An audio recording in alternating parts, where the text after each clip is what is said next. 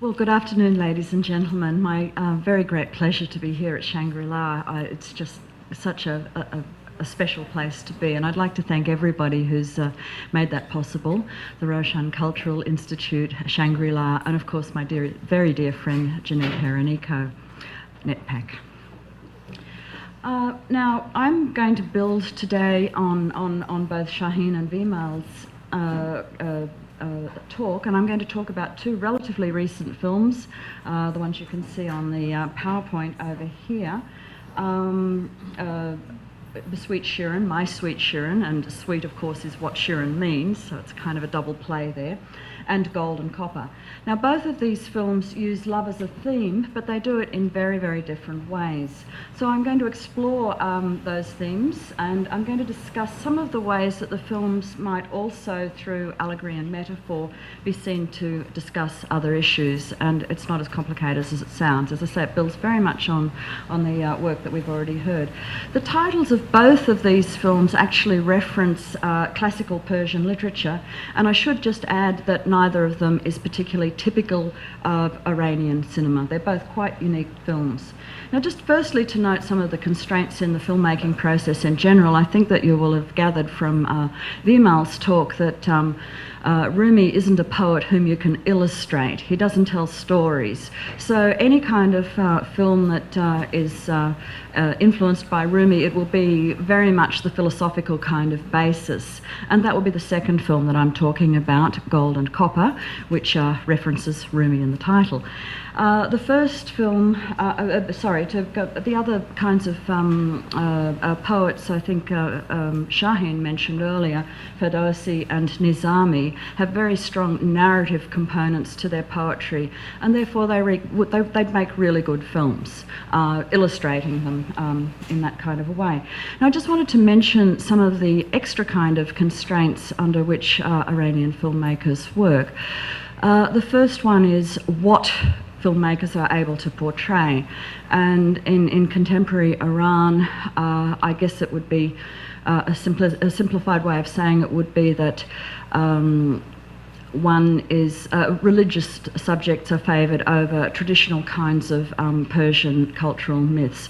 And I had a very good example of this when I was on set on a children's television series about 12 months ago.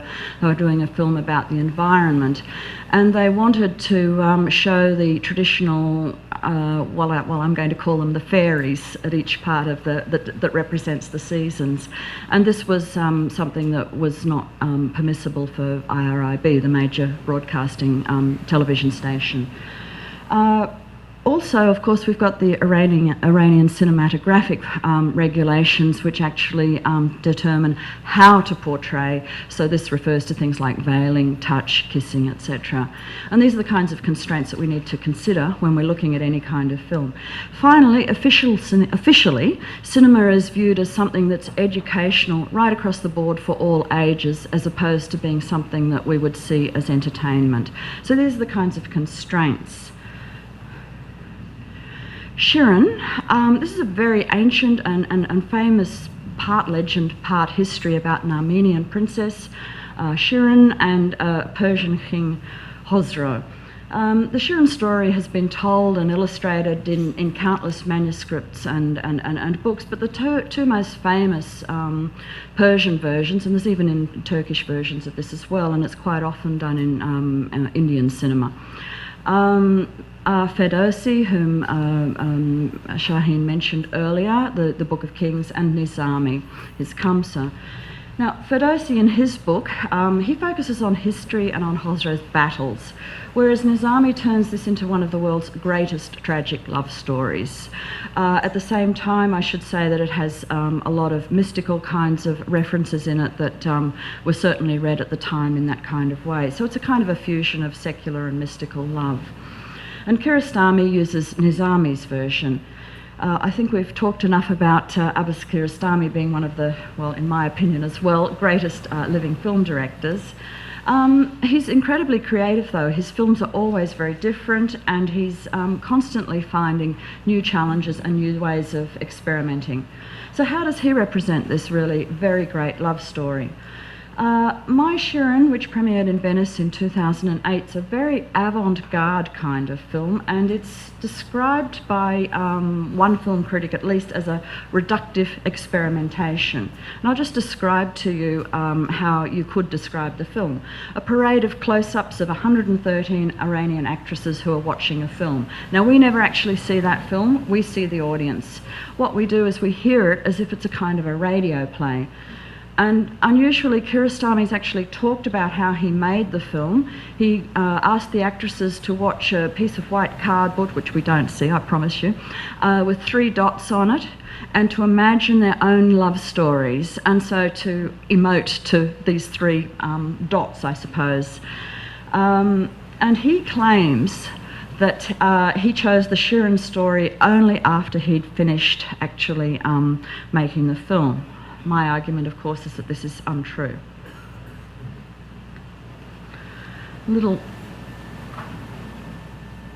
I'd ask you to listen to the dialogue, or at least read the dialogue, and to just watch the kind of artificiality of the lighting.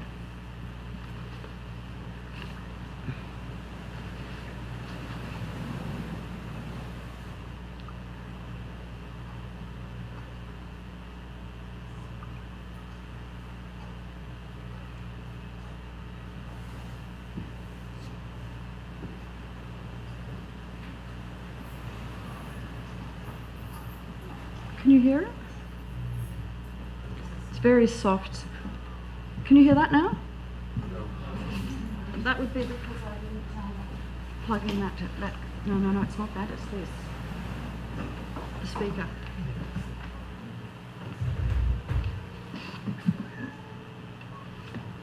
That one? Now? نوبت قصه من است. نوبت قصه من اینجا بر پیکر بیجان خسرو. مردی که تا دیروز شاه شما بوده و شده و امروز در پناه آرامش محو ببینید ببینید صورتش چهارهاست. درست مثل بار اول که بودیم 17 سالم بود دنیا هنوز چند روز گذشته از این چند. Well, this clip's fairly indicative of the whole 90 minutes of the film, with the exception of the opening and the closing credits. And it's hard to become enthused from it from a clip as short as this, but I can tell you I find it quite a gripping film, and it's certainly much more than just a technical experiment. Some film critics read a feminist and political context into the film. One of a Persian American female film critics points out that the kind of costuming, these particular kind of headstyles, you know that you have to be in Iran. She says that in terms of the crying, you can't help but think of martyrdom.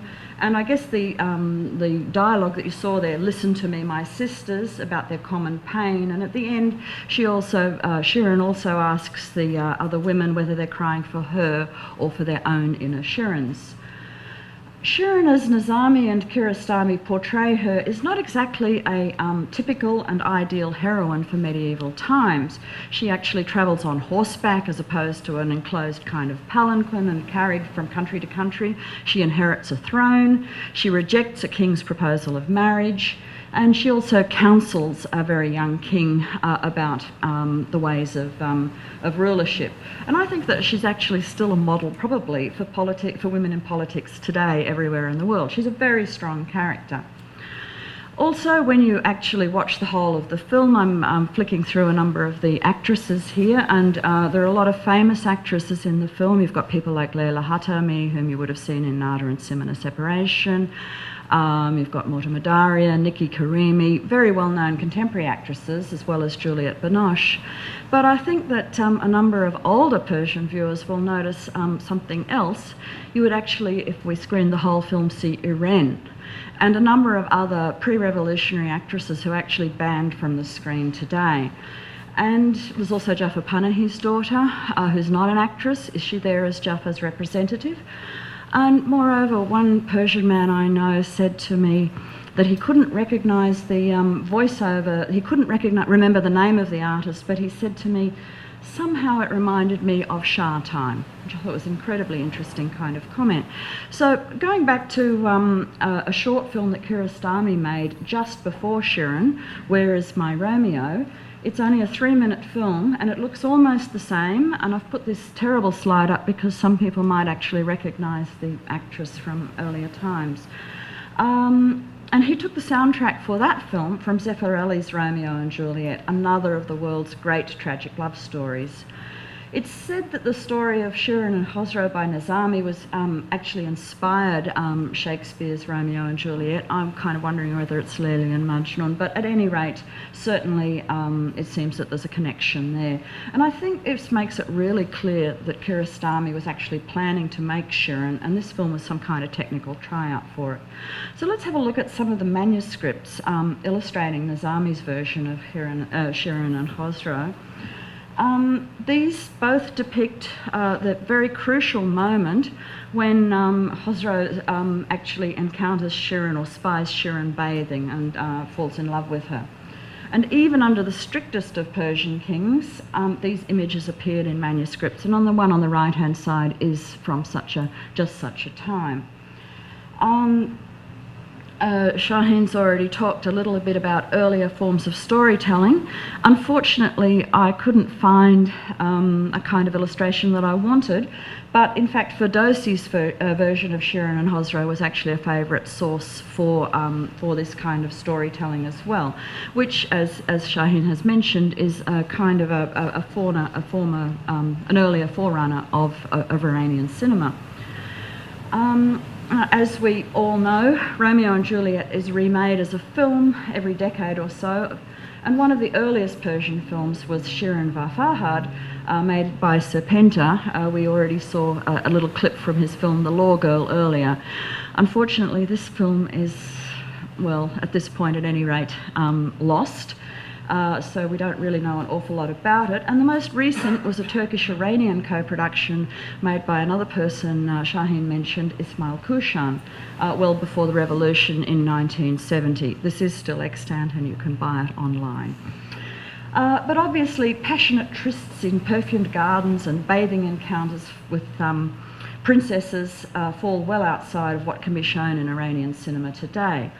And the story is also one of the exploits of kings and queens and not of religious figures. But what I'd actually like to show you is now the title credits, and I'll speak over these, of, oh sorry, my apologies. These are the title credits from Kiarostami's film. And what he's done, I mean, I haven't cut this or edited it at all. It's works fairly slowly.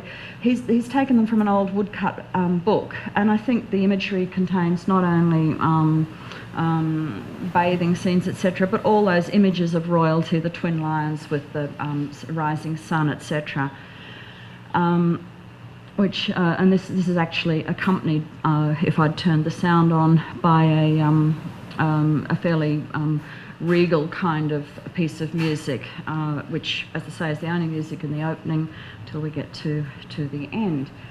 Now, Kiarostami has proved himself very clever in dealing with the government, and he knows only too well that this classic Persian poem is unacceptable film material in Iran today. And in fact, after the film was made, just last year, a publishing house was refused permission to actually reprint the 8th version of this book. So what I'm suggesting is that not just a technical experiment, he's paying homage, yes, to the actresses of Iran, both from now and from the past, and he's reminding us of conditions affecting both men and women, but he's also managing to portray this great love story set in pre-Islamic kinds of times in spite of the government. And I think it works very effectively. It's a very experimental film, but as I said earlier, as a non-Persian speaker, I found it really gripping.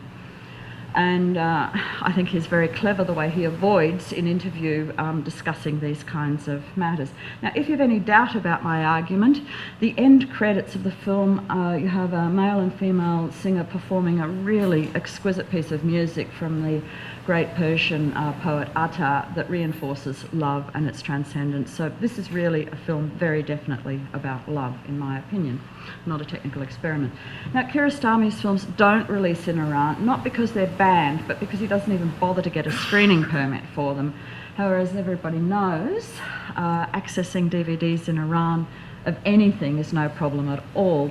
I actually took this, there's a Kiarostami picture, a Kiarostami film just up here. I took it because the King's Speech, which hadn't even been released in Australia, was up there on a legal DVD.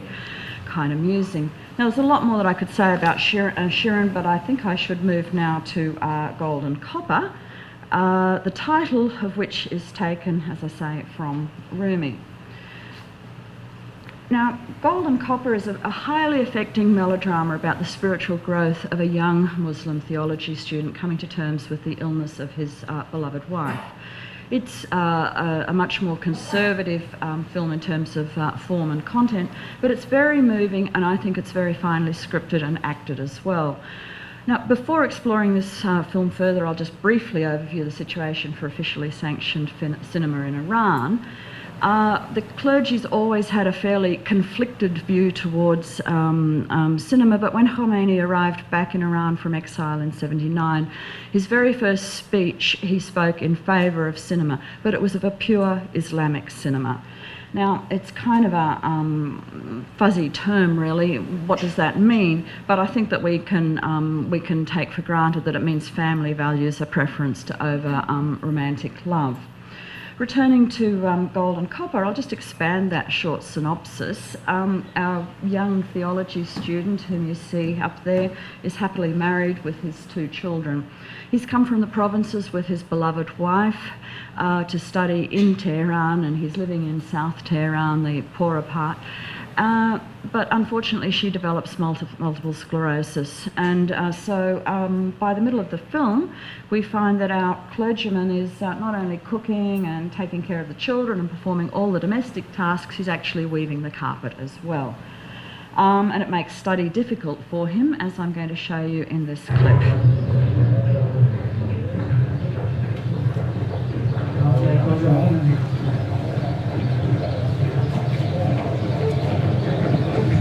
سلام علیکم. درس آقا رحیم کجا باید بزنش؟ تو اون مدرسه. اما فکر می‌کنم مقایسه آقا رحیم یه قدری برای آزاده سنگین باشه.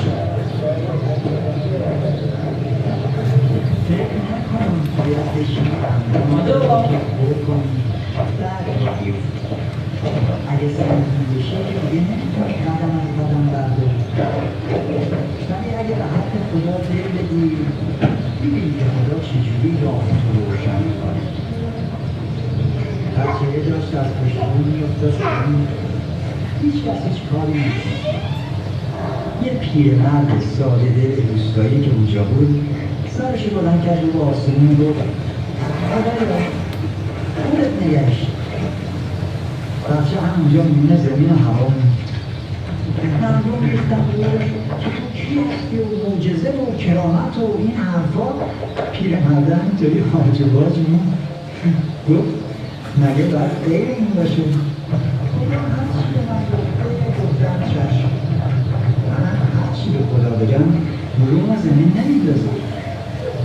یه پیرمرد ساده روستایی نه فلسفه خونده، نه سر از علوم غریبه داره، نه اهل ریاضت و چه نمیشیده، فقط راست و حسینی و هرچی فهمیده عمل کرده. هی علمی و علم، ثبات و ثبات، سیاهی و سیاهی اما عمل نباشه چه باشه؟ به جای اینکه جمع کنی بریزه سلام علیکم آجا. سلام علیکم و رحمت الله. بهتر نیست این کارهای زنانه رو به اهل منزل واگذار کنید؟ آقا جون شما کارهای واجب‌تری دارید که باید انجام بدید. حرمت این لباس لبس نمی‌کنید به خاطر رضای خدا حرمت این مدرسه رو داشته باشه. حالا اون طرف خط بخشید کنم. Well, I think that you can see from that clip the contrast between the hollow words and the actual action that he's becoming involved in taking care of the children, etc., weaving the carpet. I think this kind of epitomises the kind of philosophy that Rumi suggests. One thing in this film that's absolutely never in question is their deep love between the husband and wife, and it even impresses the nurses at the hospital. Initially, they're showing great disdain for him as a clergyman, but they come into line when they realise the love between them. And but how are they going to solve this problem? This problem that she will no longer be able to take care of the children. Well, let's have a look.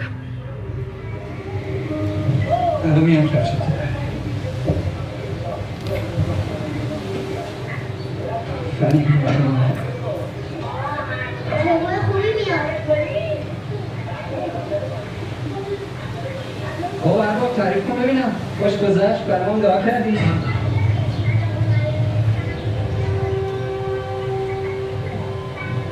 عاطفه جونی مگه شما قرش نداری که نشستی پای تلویزیون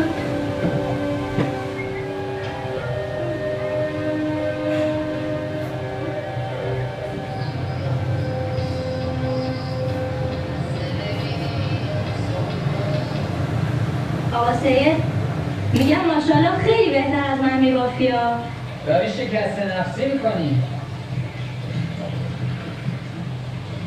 میگم که امروز توی ختم انعام دختر همین همسایه بغلی رو دیدم بنده خدا شوهرش تو تصادف مرده بچه هم نداره به نظرم دختر خوب بسازی اومد اگه برای حمید آقا میخوای دست آستین بالا بزنی الان حواسش جای دیگه است اگرم میخواد آدمی زاده دیگه کی از فرداش خبر داره خدا رو خوش نمیاد این طفل معصوم رو بی مادر بمونه شما نمیخواد نگران من باشی من خودم به فکر هستم چند وقت بود میخواستم بهت بگم خدا رو شکر خودت شروع کردی من یک نفر در نظر گرفتم خانون محترمیه برای روشم تو از شما نباشه بد نیست یعنی میشه گفت اصلا قشنگه البته جای شما رو که نمیتونه بگیره آدمی ذات دیگه زهرا صادق میخوام بکشی بذار سلامه بذارم زمین بعد به فکر هواخوریت باش هواخوری کدومه؟ شما خودت گفتی من یه حرفی زدم شما چرا حال کردی؟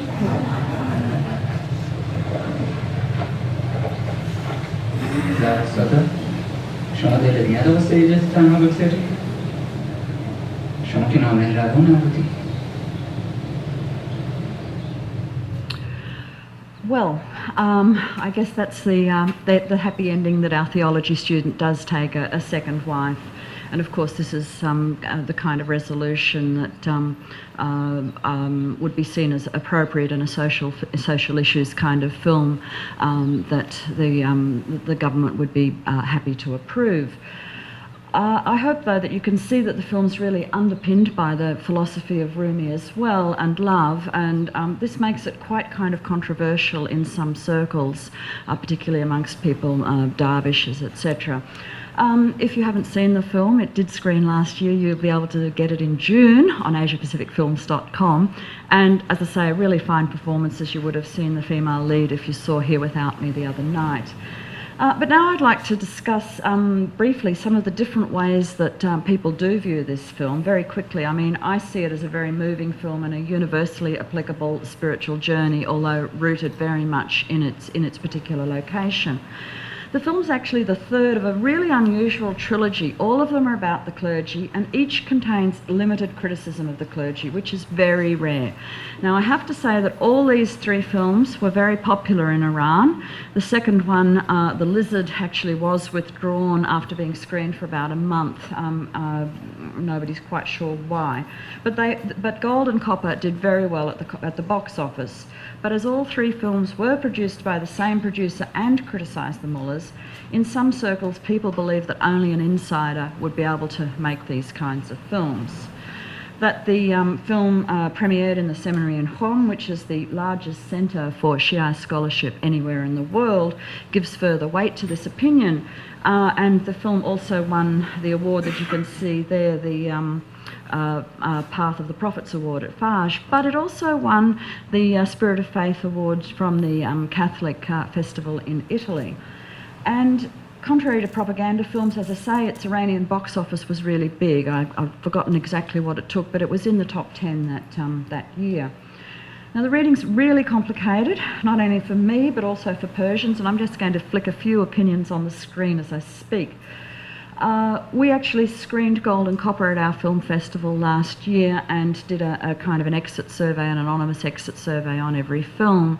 Our half Persian, non-Persian audience really found a great favour with this. They really enjoyed it, and many of the Persians came to me and said how much they really liked it. Other kinds of opinions we've got here. I've read that some might feel that this is a propaganda film. Another final opinion, this classically fashioned Mela is, variety speak, is a film of near universal appeal. And I think that is what it is, as this final quote calls it, a call for compassion. It's very difficult though. I guess, is it that, or is it affirmation of the Islamic kind of family? It's something you really have to make up your own mind for. Just in conclusion, I'd like to show you though that not all Iranian DVDs are bought illegally on mountaintops from very cute little old men. A film like, well, I thought it was, a film like Gold and Copper you would buy in a very elegant marble-clad building in the main street, or one of the main streets of Tehran. And I guess what I've tried to show here is that the kinds of readings and layers that many Persians would add to films, my friend Granaz Musavi, whose film you might know, although it's escaping me at this very moment, Granaz's film, doesn't matter, always talks about the peeling of the onion in terms of the layers. But I have to say that I think it's much more fun to just enjoy it and not read those. I hope you enjoyed. Thank you.